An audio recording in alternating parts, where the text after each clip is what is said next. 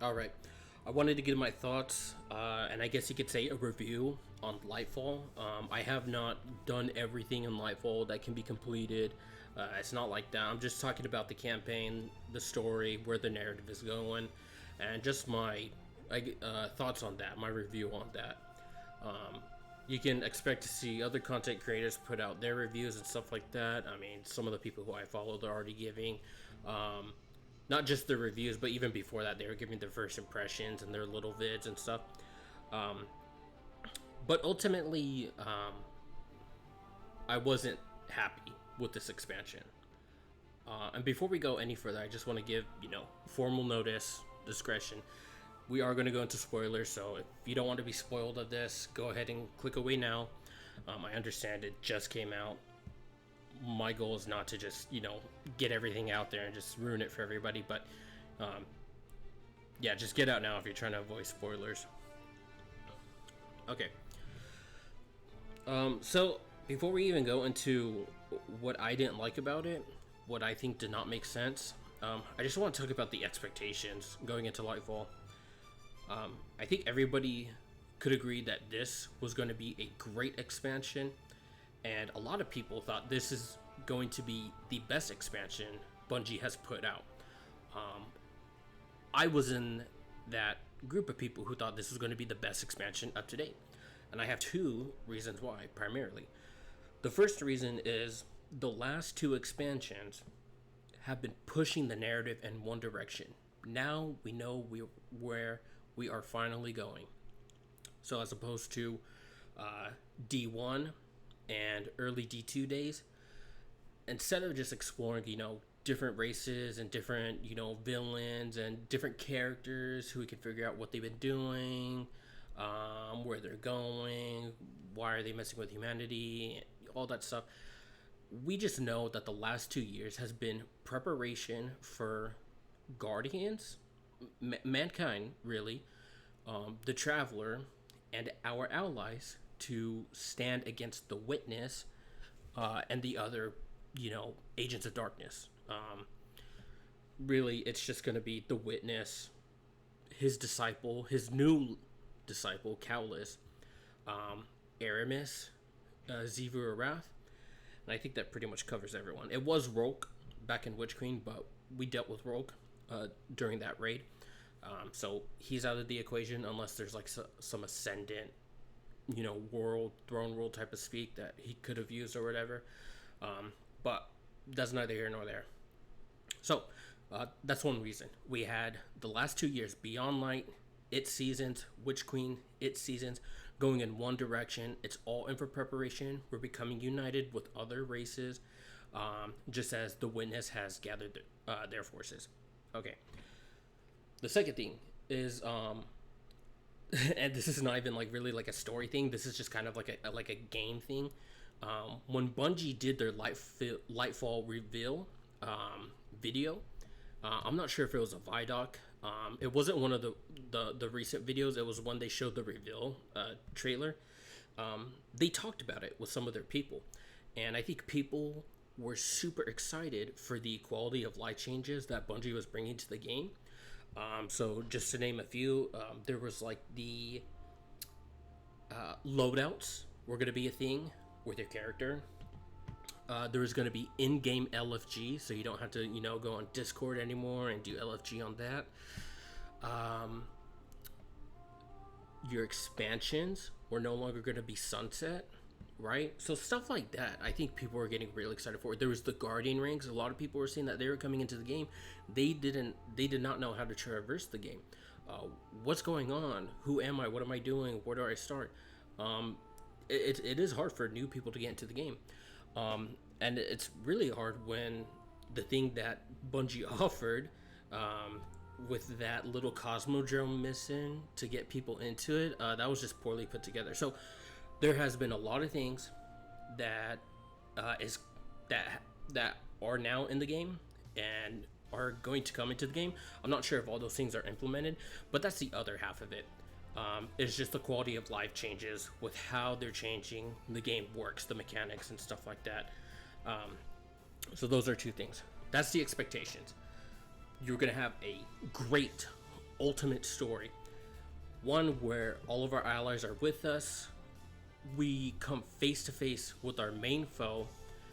They are set on, destroying the Traveler. We're set on defending the Traveler, really just defending us. And we wanted to see that. But I think for those who have completed it, we did not see that come to fruition. So I want to talk about why Lightfall was a bad campaign. To begin with, I had no problem with how, right out the get-go, it was just fast and like, boom, we gotta go. Callus is heading his way to Neomuna, and that's after the Traveler discovered that the Veil, whatever that is being held at Neomuna, and it's critical to the Witness's plans to, destroy the Traveler, stop the Traveler, whatever it is. Because again, all this stuff is cryptic. We still don't even technically know what it is the Witness wants or to accomplish. But we'll get into that later. So we just go straight to Neomuna. That's not the problem I had. The problem I had is everything was done on Neomuna.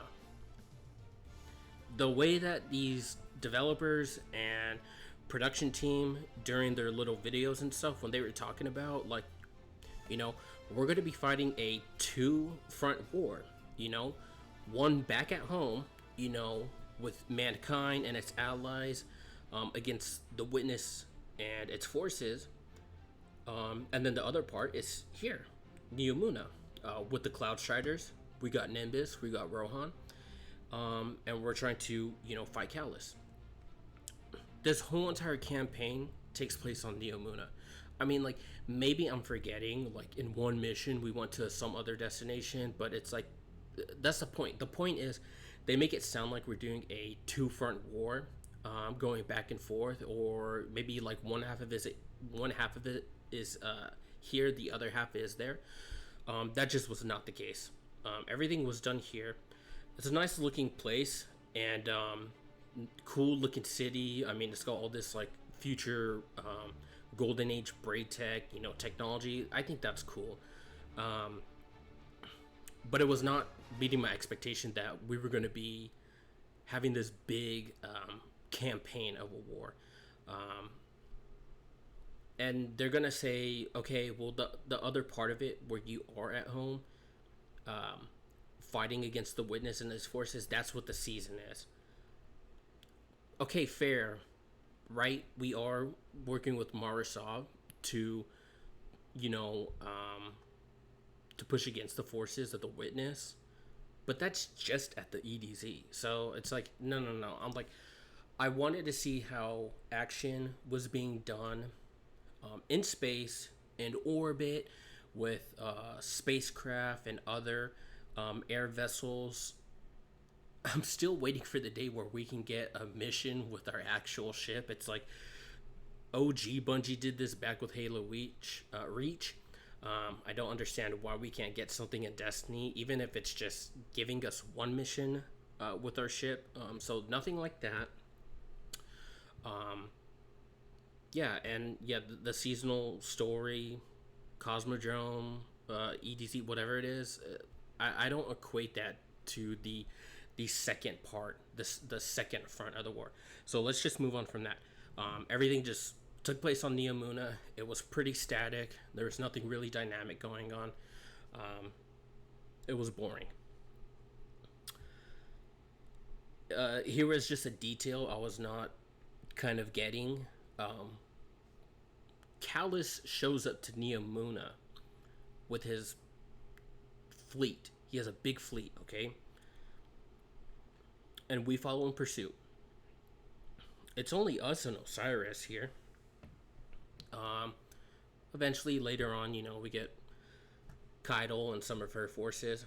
But what I just don't understand is, after we make connection and establishment with the Neomuni, specifically Rohan and Nimbus, they're kind of not pissed off. Because they don't even know what's going on. I mean, maybe they know what's going on. It wasn't stated explicitly. It might be something in a lore tab where it's like they always knew they had comms or intel or whatever, but that's just not good storytelling in my opinion. You have these big guys show up at your home, and you have these little guys who are showing up to fight them. And these people, these Cloud Striders, Rohan and Nimbus, they're just so nonchalant about it. If I was somebody who they kept their whole entire planet, their whole entire civilization secluded from the rest of mankind for a reason, and now people show up and they're causing all this destruction and at their homeworld, I'd be pretty pissed. It doesn't matter if I'm later going to be allied with these people. The point is, they brought shit to our home. So I don't understand this kind of like, oh, what? Hey, I'm Nimbus. This is Rohan. Hey, do you guys need a hand? It's just like, you don't even know who's good or who's bad or any of this. And I don't know. It just seemed unrealistic to me. That's what I'm getting at. Another thing, Osiris, just so obsessive over Strand. It's just like, I don't know how many missions I played, and he was just like bickering about Strand. It's like, you gotta learn it, you gotta master it, and it's like, dude, I get it, man. But I kind of understand his position. If we know that Callus came here because he's trying to get the veil, so the witness could use the veil against the Traveler to either incapacitate the Traveler or kill it, yeah, it is utterly urgent. It's not like some war effort that is like a battle of attrition. It could take X amount of time, it's variable, and perhaps if we strategize and plan, we can optimize our effort in winning. It's like, no, this is like purely time based. So I understand his position. Nonetheless, it's still annoying. Every single mission, he was just kind of like bitching about Strand just constantly. Okay, so whatever. That was one other detail. And then speaking of Strand, it took up the whole entire campaign. So you're going to see this a lot with reviews and thoughts about it. This whole entire campaign is just you messing around with Strand, not knowing anything about its properties, not knowing what it is, not having confidence with it, but you just use it, and then it goes away, and then your guardian is like hurt or exhausted. But it's just ad nauseum. It's like, use Strand for this little segment, then Strand goes away, and then Osiris is just like, we need it. We need to understand Strand. We need to master Strand. It's like, okay, so Strand is just the whole entire campaign. I would have preferred if somebody else had said this in another video comment section. It would be cool if we just mastered Strand within like the third or fourth mission, and then just used it onward for the rest of the campaign. And I agree with that. It's kind of like those other games where you're kind of getting to the last boss, and you had just unlocked your final abilities, but there's only like 7 to 10% of the game left to play. So it's like, you don't really get to use it. Not as much as your other abilities you've been using up to this date. Or like a car game, right? Like Need for Speed. It's like you get like the, like, I don't know, like Mercedes, AMG, I'm not a big car person, but it's like you get like one of the best cars, and then it's like you only have like the main villain's right hand guy, and then the main villain. So it's like you don't even get to use the super badass car as much as you wanted to. That's what I equate it to. That's just something, like I said, you're gonna see more people just think that this was just a Strand tutorial of a game. That's kind of what it felt like too. Yeah, too many MacGuffins. I'm just gonna use that word now. I know people use it all the time, just like these random scapegoats of like storytelling, that are just like these plot devices used to progress the story. I have them listed down. I think it's called the Cloud Arc. It's what the Neomuni used to, I think, like power their whole entire like city, and it's what keeps them alive in their virtual world, and it's what helps Cloudstriders get mods and all that stuff. The point is, it's essential to the Neomuni people, and how they survive as a civilization. But it's like, oh, we need to protect the Cloud Arc, or the Cloud Arc has the answer, and all this stuff. And it's just like, well, what is the Cloud Arc? More than just like, oh, it's important to us. I want to understand the gravity of the situation with what we're dealing with.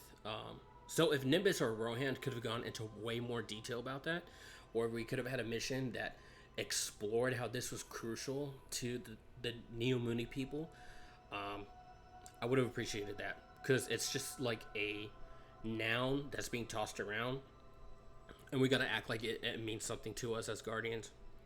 It doesn't really mean anything to me. The other ones were the Veil. This whole entire campaign is about preventing Callus from extracting the Veil from Neomuna so the Witness can use it. We don't even know what the Veil is. Even when you get to that point where it shows the Veil, you still don't know what it is. I mean, you can't even really make an inference about it. It looks like a source of energy, like a manifestation of power or something, like a force or something.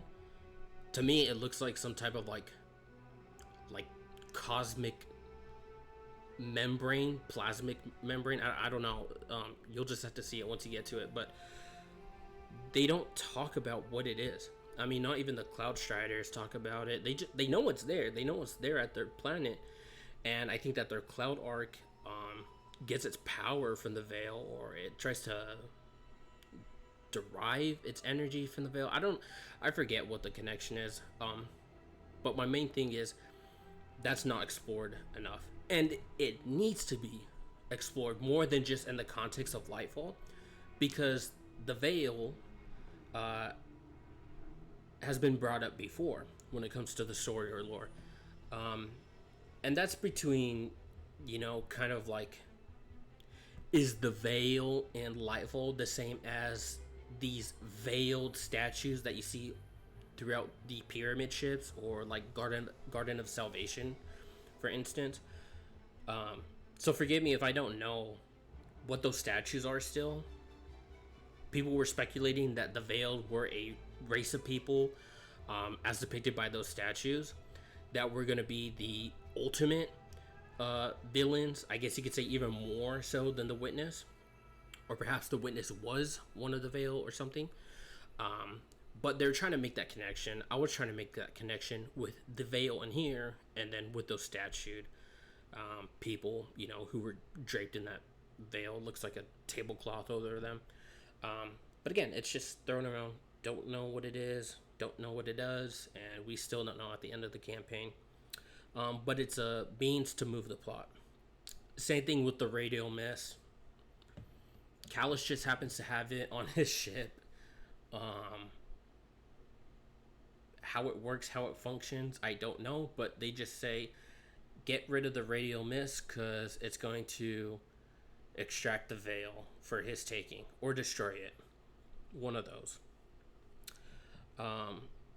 And I guess you could say Strand is technically a MacGuffin too. I mean, this whole entire time, it's like we're trying to figure out how to use it or master it, what it is. And Osiris is just like spewing out this like altruistic, I'm not sure if altruistic is the right word, but just kind of like this like nonsense where it's like somebody is just like rambling on and talking about stuff, and you're kind of just like nodding your head, where it's like, okay, whatever you say, sure. It's just like this idea that Osiris is kind of just like, it seems like he's just pulling this out of his ass as far as trying to make understanding of something. And for all intents and purposes, yeah, whatever. Maybe his ideas of what it is helped us with learning it and mastering it, and then that helps us move the story forward. But it's like, okay, for all intents and purposes, Strand is not what he thinks it is. And there's a huge difference between how Strand was introduced in this game versus Stasis. I mean, stasis. You constantly were battling this sense of morality between should I be using this power of darkness in my campaign against the forces of evil, and Ghost was heavily conflicted with this. I mean, he was like sad. You could hear the hurt in his voice. He was like depressed about it. It didn't feel right.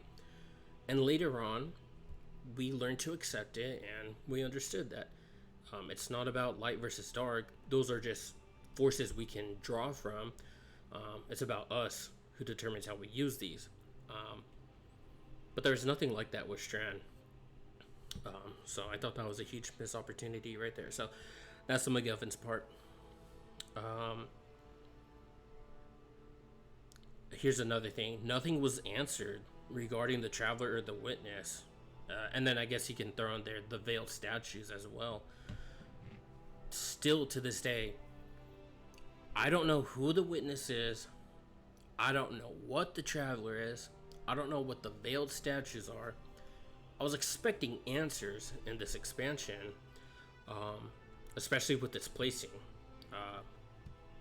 I argue that all the questions and mysteries that could be answered, that should be answered here versus Final Shape. I had commented on another post because they were saying, well, Lightfall is just the calm before the storm. And I said, I disagree. I think Destiny 1, leading through Witch Queen, is the calm before the storm. Lightfall should have been the storm. Lightfall should have been the Infinity War. Everything should have been revealed. There should have been huge implications and consequences of what happened with this expansion.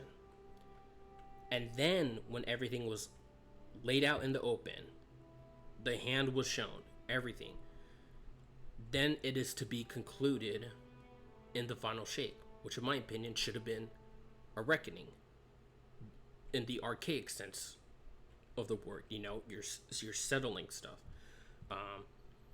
So that's what I thought with the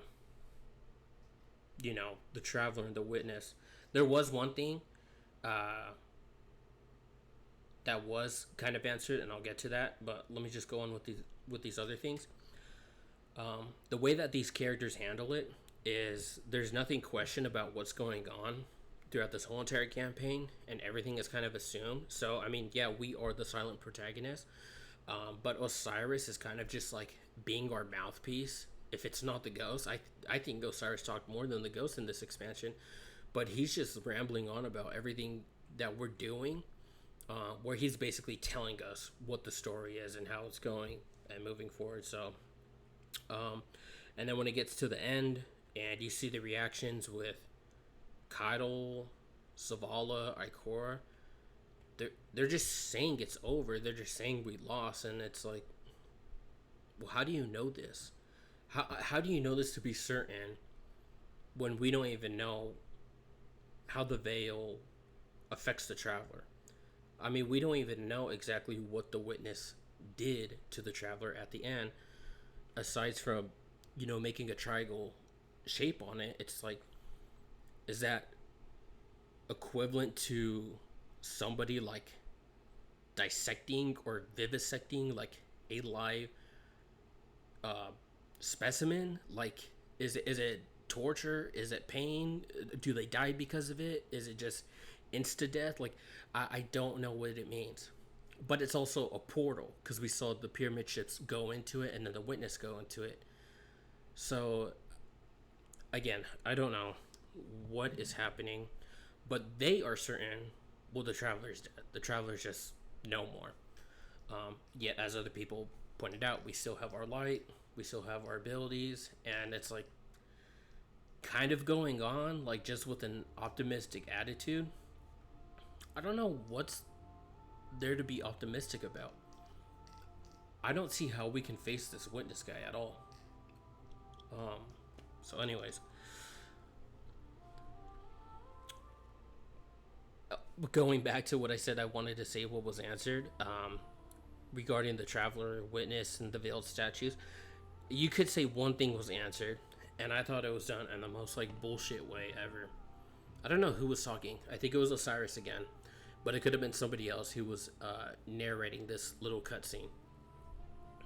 But they said that the Traveler was something like a gardener, and I'm just like, if you mean to tell me that's how we're going to go about the whole entire the Winnower and the Gardener and comparisons to the Traveler and the Witness, because the whole time people either thought the Winnower and the Gardener were two other entities who way before predated the Witness and the Traveler, because the Witness and the Traveler for the longest time we just accepted they were agents of bigger, greater forces, antithesis. You could even say perhaps they're not even antithesis to one another, they're just opposites, to keep a balance, yin and yang. But the point is, we thought that they could have been different, those two versus the other two. I said it's kind of akin to like, everybody knows the Olympians, the Greek gods and goddesses, right? Who came before them? Well, it was the Titans. Who came before the Titans? It was, if I'm correct in this, I'm sorry if I'm not, but I think it was the primordial gods, who kind of really didn't do anything. They were just there for the sake of existence. So, I mean, like, the Titans were born from, like, bigger gods. Like, I think, like, the sky and time and night and chaos and stuff like that.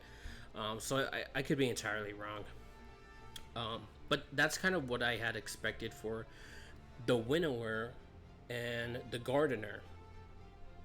But with this cutscene, it seems as if, well, the Traveler's just the Gardener, and that's how we're just gonna tell you.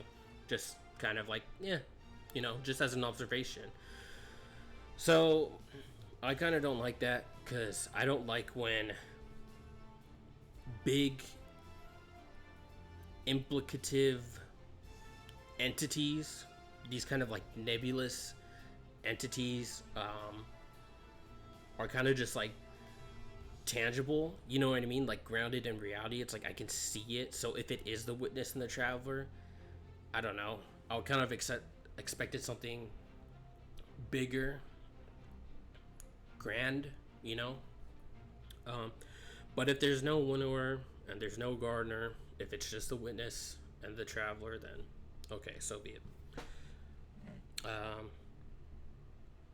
So on the characters, this is just thoughts on characters. I said it many times already.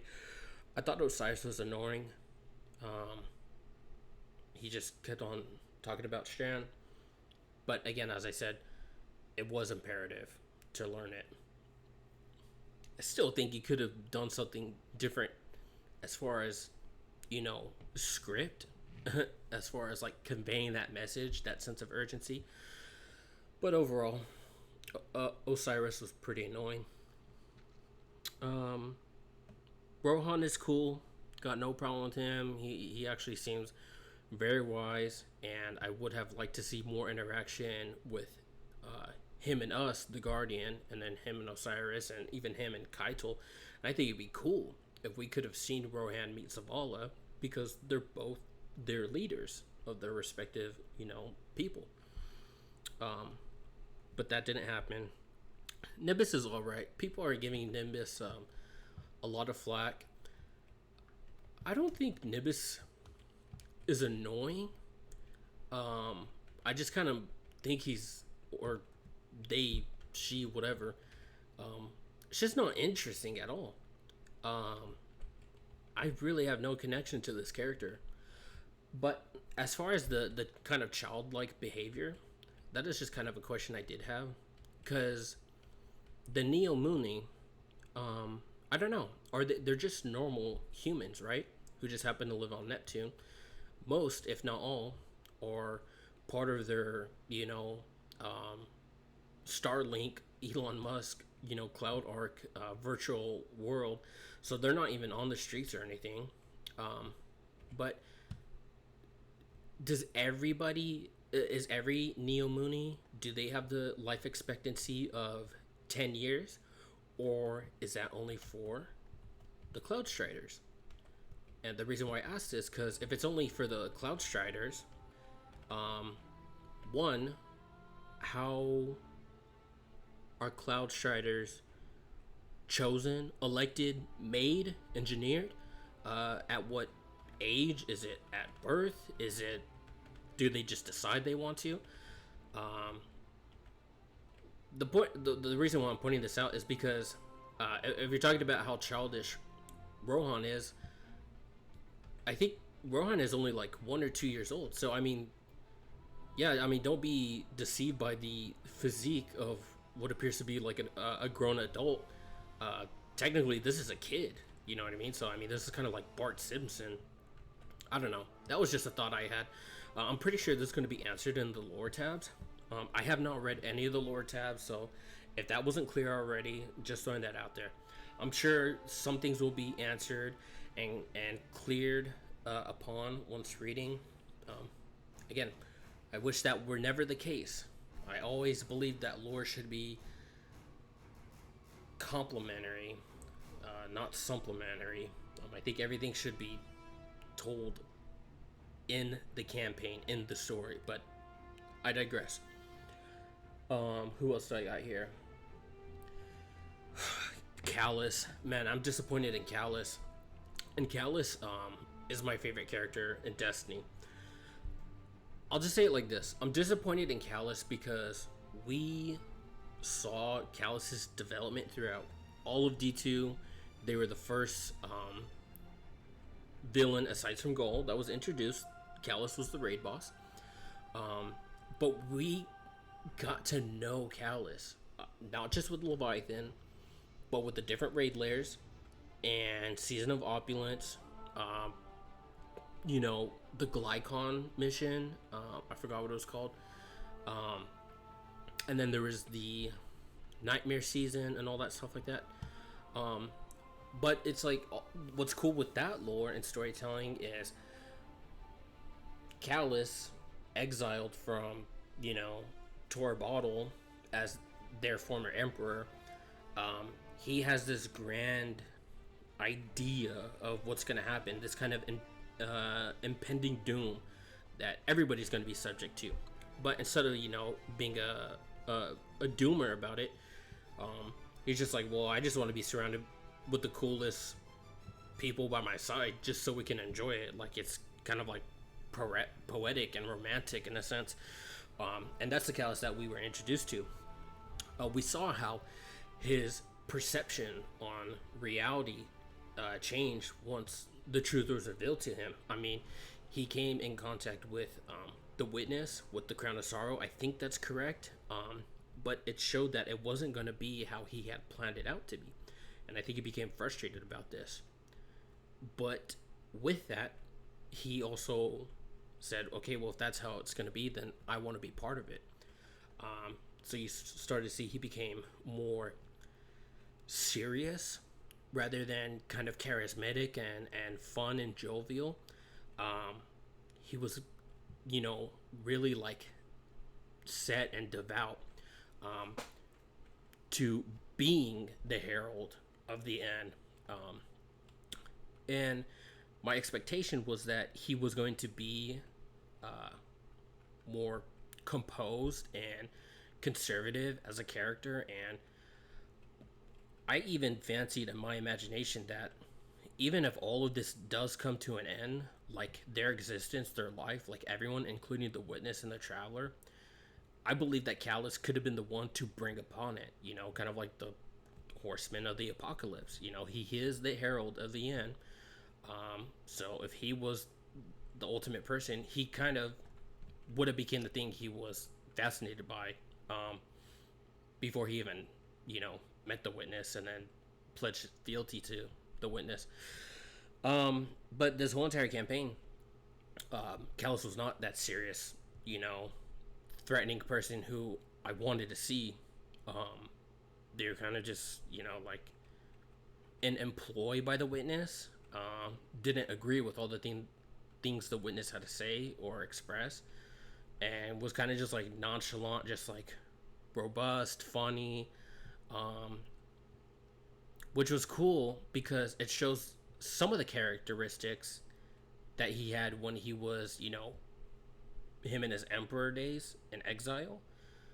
But I think the thing that's missing is, well, if you're going to go down that route, then I would have just preferred the original Callus, because I think the original Callus wouldn't even be intimidated by his current version as a disciple, and he wouldn't even be intimidated by the witness. So I'm just kind of like, I don't know. I don't like what they did with Callus. Still happy to see that he was part of the Destiny 2 campaign moving forward, but it's just like, I don't know. I just really wanted a really charismatic Callus that we saw from the beginning, or someone who was transformed through some harsh truths and revelations, and now they're just kind of like dead set serious about bringing an end to it. And I thought that would have been cool, but it's kind of just like taking this very lightly and not seriously. And we even see some backlash with the witness when it's like, okay, what's your progress? Do you have the veil? It's like, no, not yet. Moving forward, we got Nazarick. I mean, I don't know. I told my friend, I was like, we're never going to hear from Nazarick again. They just use that just to make a stupid seasonal story. And I thought it should have ended there. But as you see with some of the tormentors, they have the witness in their name. And you see this all over with Destiny. When these majors and bosses have these other like bigger, mysterious, or perhaps even well-known names tied to it, you're probably going to see those people again. So I mean, we saw that with like Savathun's minions. We saw that with like Riven's minions, or I think there was stuff with Riven, if I'm not mistaken. There's stuff with Xivu or Wrath. You know what I mean? So I mean, if you're seeing it with the Tormentors reference to Nazarick, you're probably going to see Nazarick. And if that wasn't enough already to kind of like, get the brain thinking about the possibilities of him being in this, well, not being in this, but being in Destiny 2 moving forward, then they give you a strike. And it's a Vex network, just like Season of the Splicer. I thought it looked cool. And then at the end, they just revealed it. It's this person in monologue, and they're just like, I don't know what they say. They're like, I'm pain, I'm suffering, I'm Nazarick, or something like that. Something like that. But it's just like, the only thing I can think is like, okay, is this really Nazarick speaking? Or is this just a simulation of Nazarick speaking in the Vex network? Again, ambiguity, crypticness, still don't know. I just don't like it. I think it's kind of corny, because it's just like, if there wasn't anything in Lightfall for Nazarick, I don't like where it's going with the final shape, because I think we just have too many things at stake to be wrapped up in final shape with the last expansion for the Light and Darkness. But I'll talk about that in a second. Who else do I got? Zavala. Not so much Zavala and Ikora, the Vanguard, but kind of just like specifically Zavala. I was expecting Zavala to be extremely pissed off with us. I mean, if technically the Traveler is dead, as they say, that puts the whole entire last city, mankind, at risk. So it's like, why? And I'm not saying, forever. I'm just saying initially, we should have seen Zavala clearly pissed off at us. I mean, and this would have been cool. This would have been the first time that we, the Guardian, fucked up. So I was expecting him to be mad at us, because it's just like, you ruined it for everybody. And yeah, I guess I'll talk about the Guardian too. It's like, why did you hesitate shooting your ghost? It's like, and again, I think this is just dumb. It's like, somehow we just knew that the ghost floating up to the veil was making a link, a connection. I don't know how Osiris knew that. Whatever. That that's all that matters. Okay, so Argos was making a link between the veil and the witness, so the witness could use it against the traveler. And we point our gun up to Argos, but we hesitate to take it out. It's like, man, dude. Like, it can't just be me, right? So, like, all of humanity, Cabal, Elixni, all of our allies, they're just at the mercy of the witness now, because we hesitated to pull the trigger. I don't know, man. I just don't like it. I thought it was just cheap and poor. I expected Zaval to be mad at us. I expected us to be mad at us. Whatever it is what it is. Okay, moving forward. So with Lightfall being what it is, I'm not happy with it. A lot of people are not happy with it. I'm just kind of concerned.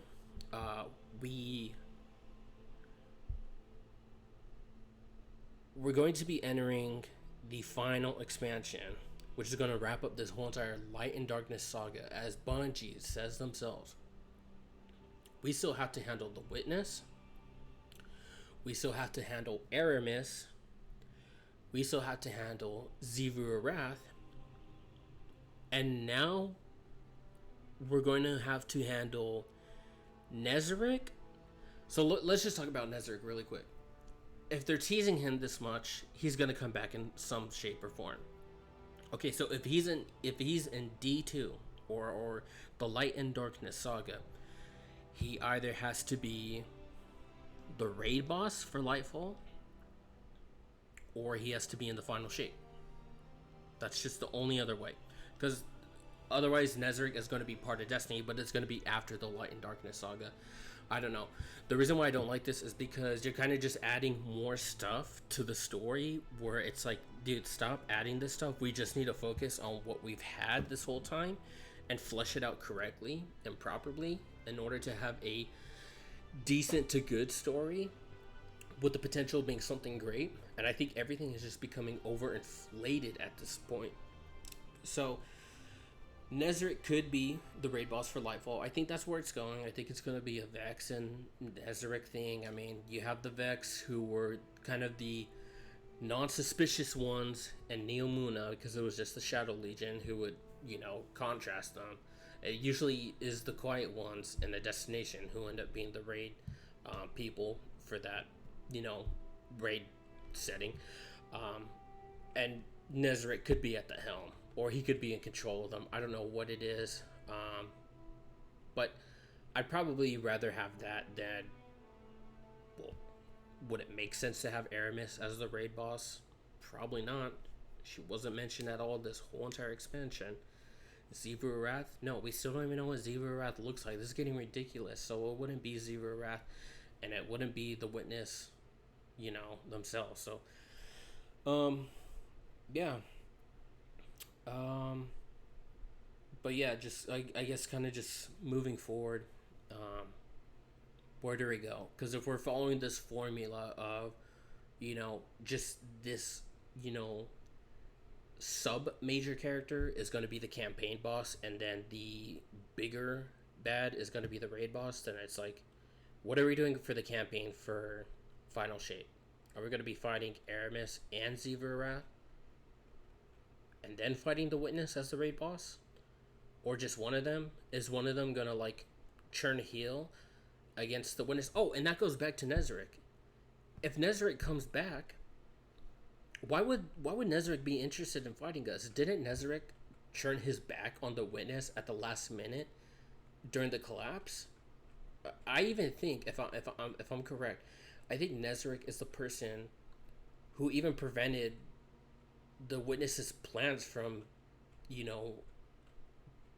coming to fruition, because he stopped the Witness with his pyramid ship and against the other fleet. I don't know. But if clearly they're opposed and ideas, then it's like, okay, well, what does that mean for us? You know what I mean? Is Nezarec going to team up with the Witness or not? are they opposed to the witness? And if so, it's like, where does our priority go? To fight Nezarek in this raid, or to pursue the witness? And I don't know. So anyways, but yeah, I don't know. It's kind of all over the place. It was all over the place with Lightfall. I don't know, man. It just sucks. We had 2 good years prior to Lightfall. We really thought it was gonna go somewhere. It just has me like doubting as much as I ever could, as much as I ever did with this franchise. I'm only here for campaign and raid. I'm not doing any more of the seasonal stuff. I did not get the annual pass just because I've been fed up with the seasonal model and the trickle feed story. If I'm gonna look at the story at all, it's just gonna be lore videos from Bife, or just reading the tabs myself. That's the only way you can get the best from this whole entire world, is from, somebody covering that. I don't know what's gonna happen in Final Shape. It could just be hugely underwhelming. But yeah, that's just my thoughts. In summary, I just did not like Lightfall. I thought it was mediocre. I thought it was the worst time. And this is what Bife was saying. It was the worst time to reintroduce mediocrity back to the franchise. So, in just terms of like storytelling, somebody was saying that everything is going to be shown, revealed, answered, and Final Shape. I said, no. This should have been the Empire Strikes Back, and then the Final Shape should have been Return of the Jedi. As far as information, twists, things answered, everything out, all out on the table. So yeah, I'll just leave you guys with that. If you have played the campaign, if you've beaten it, if you want to talk about it, you can go ahead, leave your thoughts in the comments below. I would not mind talking with other people. If what I've been saying you've been hearing, if you've been disagreeing or agreeing, let me know. I don't care. I just care about having a discussion. Tell me how you feel, moving forward with this game. Do you feel optimistic, pessimistic? If you need to correct me on any of my understanding of the lore or the story so far, please do so. I really don't even look at the lore that much as I perhaps made it seem as I do. I really just play the game, and maybe I'll like watch a couple of channels every now and then as far as the story and the lore. But yeah, that's my review on Lightfall. It was bad, not good. It was bad, and I don't know. I hope Bungie can. I don't know. I don't even think they can fix it, man. I just want to end on a good note with Final Shape, because I'm pretty much done with this. I'm just here for the raids and the campaign. But thanks for watching. Thanks for sticking around for so long. I know I do talk a lot, but anyways, peace out. Have a good day.